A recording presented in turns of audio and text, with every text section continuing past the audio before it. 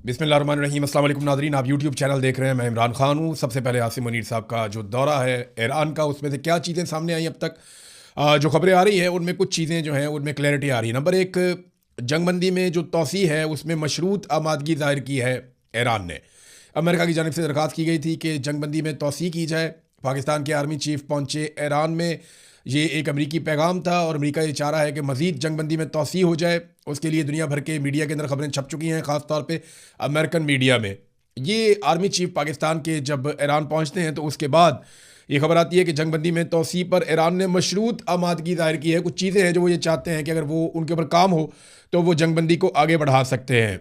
जंग वैसे किसी के भी हक में नहीं है, सारे ही चाहते हैं कि जंगबंदी हो, लेकिन ईरान ये चाहता है कि ये मामला सेटल हो जाए वंस फॉर ऑल।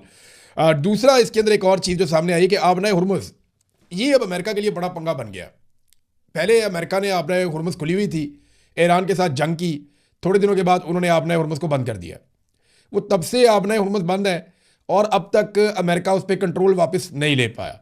ये आबना हुर्मुज़ जो तमाम ममालिक के लिए ओपन थी, यहाँ से सारे जहाज जाते थे आते थे, अब उसकी बंदिश अमेरिका के गले पड़ी हुई है। सारी दुनिया अमेरिका को ये कह रही है कि आप अच्छे आए यहाँ पे, आपने तहफ़्फ़ुज़ का वादा किया और आप हमारा समुद्री तजारती रास्ता बंद करके चले गए। तो अमेरिका ने हिकमत अमली के तहत बैरूनी एक नाकाबंदी कर दी है आबना हुर्मुज़ की, और वो ये कहता है कि ईरान के साथ सेटलमेंट के तहत जो भी जहाज़ यहाँ से गुजरेगा या ईरानी जहाज़ यहाँ से गुजरेगा उसे हम रोक लेंगे। चाइना को वो नहीं रोक पा रहा, कुछ और जहाज़ हैं उन्हें वो नहीं रोक पा रहा, ईरान को वो रोक लेते हैं और इसके बदले में ईरान भी आबना हुर्मुज़ पे बाकी जहाज़ों को रोक लेता है। तो ये एक अजीबोगरीब सिचुएशन है। आबना हुर्मुज़ पे बड़ी डिटेल डिस्कशन ईरान की पाकिस्तान के साथ और पाकिस्तान की अमेरिका के साथ, क्योंकि पाकिस्तान बीच में है, ये डिस्कशन जारी है और कोशिश ये है कि कुछ भी करके आबना हुर्मुज़ खुल जाए। ईरान इसमें एक मैकेनिज्म चाहता है। अभी इसके अंदर डिस्कशन चल रही है, मजीद ऑप्शन सामने रखे गए हैं। ये ऑप्शन अमेरिका के पास जाएंगे, अमेरिकन ऑप्शन यहाँ पे आएंगे, तो ये इट विल टेक टाइम, लेकिन ये है कि जल्द दोनों पार्टियां आमने सामने बैठ सकती हैं। आबना हुर्मुज़ खोलने पर जो मजीद ऑप्शन है वो ईरान ने दिए हैं। और तीसरा, एक और जो इंपॉर्टेंट चीज़ हुई, ईरान जो मुआहदा चाहता है, उन्होंने बड़ा कैटेगोरिकली बड़ा क्लियरली ईरान ने कहा कि हम एक मुकम्मल मुआहदा चाहते हैं जिसमें तमाम मसाइल को एड्रेस किया जाए और हर चीज़ के ऊपर हम चाहते हैं कि लॉक करें सिचुएशन को कि इसके ऊपर ये करना है, इसके ऊपर ये करना है, पाबंदियों का क्या बनेगा, वो हर चीज़ को एक मरतबा सेटल करना चाहते हैं। ये ईरानियों की सोच है। अमेरिका जो है वो फौरी तौर पर दो चीज़ें चाह रहा है। एक, वो ये चाह रहा है कि आबना हुर्मुज़ का मामला सेटल हो जाए, कुछ वहाँ पे मामला हल हो जाए, वो खुल जाए रास्ता। दूसरा, वो फौरी तौर पे जंगबंदी चाह रहा है कि ये जंगबंदी कंटिन्यू रहे लंबे अरसे तक, दोबारा लड़ाई ना हो। तो दो चीज़ें आपको मैं क्लियरली बता रहा हूँ कि ये अमेरिका की दो मुतालबात हैं कि दो चीज़ें फ़ौरन होनी चाहिए। बाकी चीज़ें वो कहते हैं जी कमेटियों के सपोर्ट कर देंगे, उन पर डिस्कशन करते रहेंगे, फ्यूचर में हमारी बातचीत चलती रहेगी, कोई ना कोई हल निकल आएगा। वो इस किस्म की चीज़ों में डाल रहे हैं। ईरान ये बड़ी अच्छी तरह जानता है कि अगर एक मरतबा यहाँ पर ये मुज़ाकरात हमने ख़त्म कर दिए और हमने चंद चीज़ों पर आमादगी ज़ाहिर कर दी कि ये आबना हुर्मुज़ भी खुल गई है और जंगबंदी में भी तोसी हो गई है, तो होगा क्या? बाद में जो बाकी चीज़ें हैं ईरान पे पाबंदियों के हवाले से या ईरान के मुंजमद असासों के हवाले से या खित्ते के दीगर मामलात के हवाले से, अगर वो सारी चीज़ें कमेटियों के हवाले कर दी गई या ये कह दिया गया कि आइंदा के मुज़ाकरात में इन चीज़ों को डील किया जाएगा, तो फिर वो चीज़ें कभी भी डील नहीं होंगी। यानी यहाँ पे इंटरनेशनली ना एक बात बड़ी ज़बरदस्त सबक है सीखने वाला। जिस किसी ने भी इस बात पे भरोसा किया ना कि अब गारंटी मिल गई है और आइंदा ये हो जाएगा तो मैं कब्जा छोड़ देता हूं, उसने बाद में नुकसान उठाया। यूक्रेन जो है वो एक एटमी पावर था, उसको गारंटियां मिल गई, उसने अपना स्टेटस खत्म कर दिया, भुगत रहा है बाद में। ऐसा ही कुछ रशिया के साथ भी हुआ। दुनिया के कई ममालिक के साथ इस तरह की चीजें हो चुकी हैं। पाकिस्तान के साथ हुआ।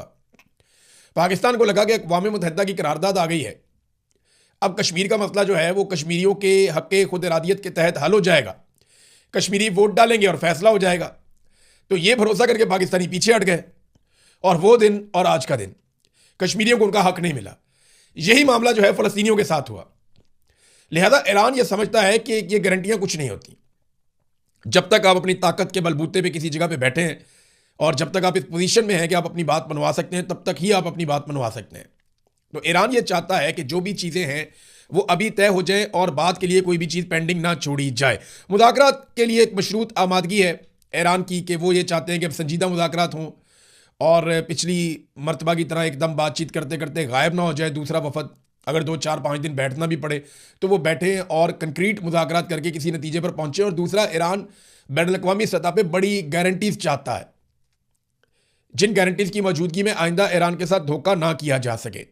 अब ये चीज़ें निकल रही हैं आसिम मुनीर साहब की जो एक दौरा हुआ और जो उनकी मुलाकातें हुई ईरान में, उस हवाले से मैंने आपको बताया।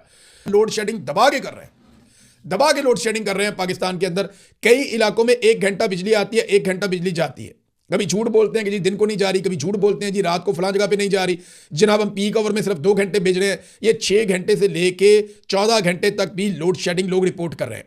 खैबर पख्तूनख्वा के अंदर लोड शेडिंग की बहुत बुरी सूरत हाल है। हरीपुर से एक दोस्त बता रहे थे कि 1 घंटा बिजली आती है और 1 घंटा बिजली जाती है, और ये उस मुल्क में हो रहा है जहां पे इजाफी बिजली है हमारे पास। हमारी जरूरत 25,000 मेगावाट के आसपास रहती है, हमारे पास जो कैपेसिटी है वो 45,000 मेगावाट प्लस है। हम जितनी बिजली पैदा करते हैं उससे दुगनी बिजली पैदा करने की हमारे पास सलाहियत है। हमारे वुज़रा ने कहा कि टैंकर्स हमारे साहिलों के ऊपर लाइनें लगी हुई हैं, हमारे पास गैस और पेट्रोल की कोई किल्लत नहीं है, बेफिक्र हो जाएं आप, कोई परेशानी वाली बात नहीं है, हमारे वुज़रा ने कहा था।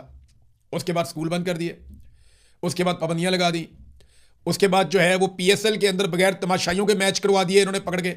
वो एक पीएसएल पाकिस्तान का खेल था क्रिकेट, उससे लोगों को चिढ़ करवाते जा रहे हैं जो ये क्रिकेट के साथ कर दिया। यानी पीएसएल को बगैर तमाशाइयों के कर दिया इन्होंने कि यहां पे अब तमाशाई नहीं आएंगे। ये है इनके हालात, और अपने प्रोटोकॉल वैसे के वैसे ही हैं। बिलावल कहीं जाता है तो देखे ना, ये मरियम नवाज कहीं जाती है तो देखे ना, ये शबाज शरीफ या जरदारी उस दिन वो किसी दुआ के ऊपर गए, वो देखे आप 40-40 गाड़ियों के काफिले, इनकी गाड़ियां, इनके अल्ले तलल्ले और इनकी अयाशियां खत्म ही नहीं हो रही, और कौम को इन्होंने लगाया हुआ है जनाब पैसे बचाओ। फिर जब ये कहीं जाते हैं सारी सड़कें बंद कर देते हैं, हर तरफ लोगों का फ्यूल ज़ाया होता है। तो ये लोगों से कुर्बानी लेते हैं, खुद कुर्बानी देते नहीं है। अब अवाम को एक खुशखबरी सुनाई है अवैस लगारी ने। जनाब मिनिस्टर साहब आए ना तो खुशखबरी उन्होंने देनी थी, और खुशखबरी उन्होंने दी है कि अवाम के लिए बड़ी खुशखबरी है कि ये आर्जी लोड शेडिंग है, कि ये सारी ज़िंदगी नहीं होगी, ये आर्जी लोड शेडिंग है। और भाई आर्जी होती है लोड शेडिंग, मुस्तकिल कहाँ होती है? आपका इम्तिहान आता है मुश्किल वक्त में कि आप कैसे खड़े हुए, मुश्किल वक्त में आप हमेशा लेट जाते हैं। थोड़ी सी जंग लगी है, आपने अपना बनाया हुआ डीजल जो पाकिस्तान के अंदर तैयार होता है उसको भी महंगा कर दिया बाहर के खाते में डाल के। आपने इसको लिया एक मौके के तौर पे, एक अपॉर्चुनिटी है। पहले जो है वो आपने एक माफिया उसको पैसा बनाने का मौका दिया, फिर दूसरे माफिया को पैसा बनाने का मौका दिया, अब आप आईपीपी माफिया को भी नवाज रहे हैं। ये वो टाइम था कि उन्होंने अरबों डॉलर पाकिस्तान से कमाए हैं, तो चलो थोड़े दिन कुछ कम कमा लेते। मैं ये नहीं कह रहा कि वो नुकसान में जाते, नुकसान में नहीं जाते, उनकी कमाई थोड़ी सी कम हो जाती, लेकिन इनको ये भी वारा नहीं खाता। ये उनको कैपेसिटी पेमेंट की मद में अभी इन्होंने कितना पैसा दिया पता आपको? ये 2 ट्रिलियन इन्होंने अभी देना उनको दोबारा, 2000 अरब के करीब इन्होंने, फिर हर साल ये उनको इतना पैसा दे रहे हैं। और ये पैसा वो है कि बिजली वो नहीं बनाते, बिजली का पैसा हम देते हैं। ये कैपेसिटी पेमेंट है 1900-2000 अरब। ये 2000 अरब कोई छोटी अमाउंट नहीं होती।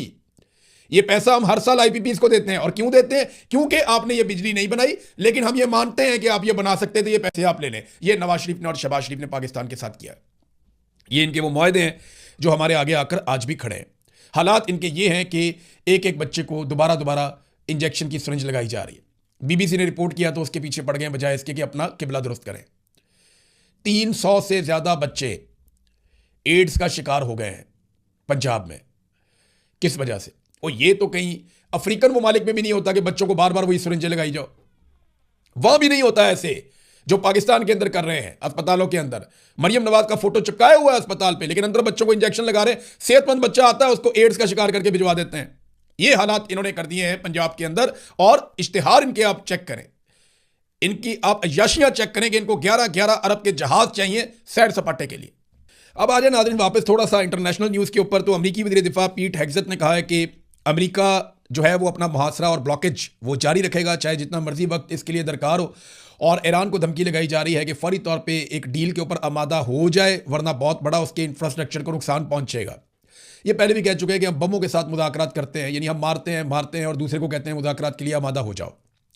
ईरान ने खबरदार किया है कि हम अमरीकी बहरी जहाज़ों को यहाँ पुलिसिंग करने पर, तो पुलिस बन गए ना यहाँ पे आके कि हमने यहाँ पे रोक लिया, ये जाएगा ये नहीं जाएगा, हम यहाँ से किसी को नहीं गुजरने देंगे, आपने हुर्मुज़ को आपने अंदर से अपने बाहर से बंद कर दिया है, तो वो यहाँ पे पुलिसिंग कर रहा है। इस पे ईरान ने खबरदार किया है कि अमरीकी जहाज़ों को हम यहाँ पे डुबो देंगे। क्या ईरान ऐसा कर सकता है? ये एक ऐसा सवाल है जिसका जवाब अभी हमारे पास नहीं है, लेकिन ईरान ने अमरीकी जहाज़ों के ऊपर अटैक किया माजी में, कुछ नुकसान रिपोर्ट भी हुआ है। अमरीकी अड्डे तो बहुत बुरी तरह तबाह किए हैं ईरान ने, यह भी हमने देखा।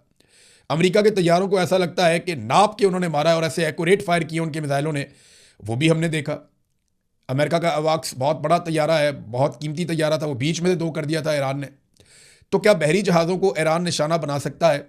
ये जंग का एक नेक्स्ट लेवल हो सकता है। ईरान ने खबरदार किया है, तो इससे पहले उन्होंने जिन चीज़ों पे खबरदार किया उन्होंने वो करके दिखाई, और अब वो एक और खबरदार कर रहे हैं, तो मामला संगीन है। अमेरिका को जल्द ही किसी ना किसी नतीजे पर पहुंचना पड़ेगा और ईरान के साथ एक डील करनी पड़ेगी। वो मैंने पहले आपको बताया कि आसिम मुनीर साहब को जब ईरान वो गए हैं तो जिन चीज़ों पे बातचीत हुई, कुछ चीज़ें मैंने आपके सामने रखी कि ईरान ने कुछ चीज़ों को मशरूत किया है। अब आ जाए नाजरीन, अमेरिका इसराइल को मजीद असला फरोख्त करने जा रहा है। अमेरिकी सेनेट ने रोकने की कोशिश की लेकिन वो कामयाब नहीं हुए। ट्रंप के पास अक्सरियत है तो वो अब इसराइल को असला फरोख्त करेगा।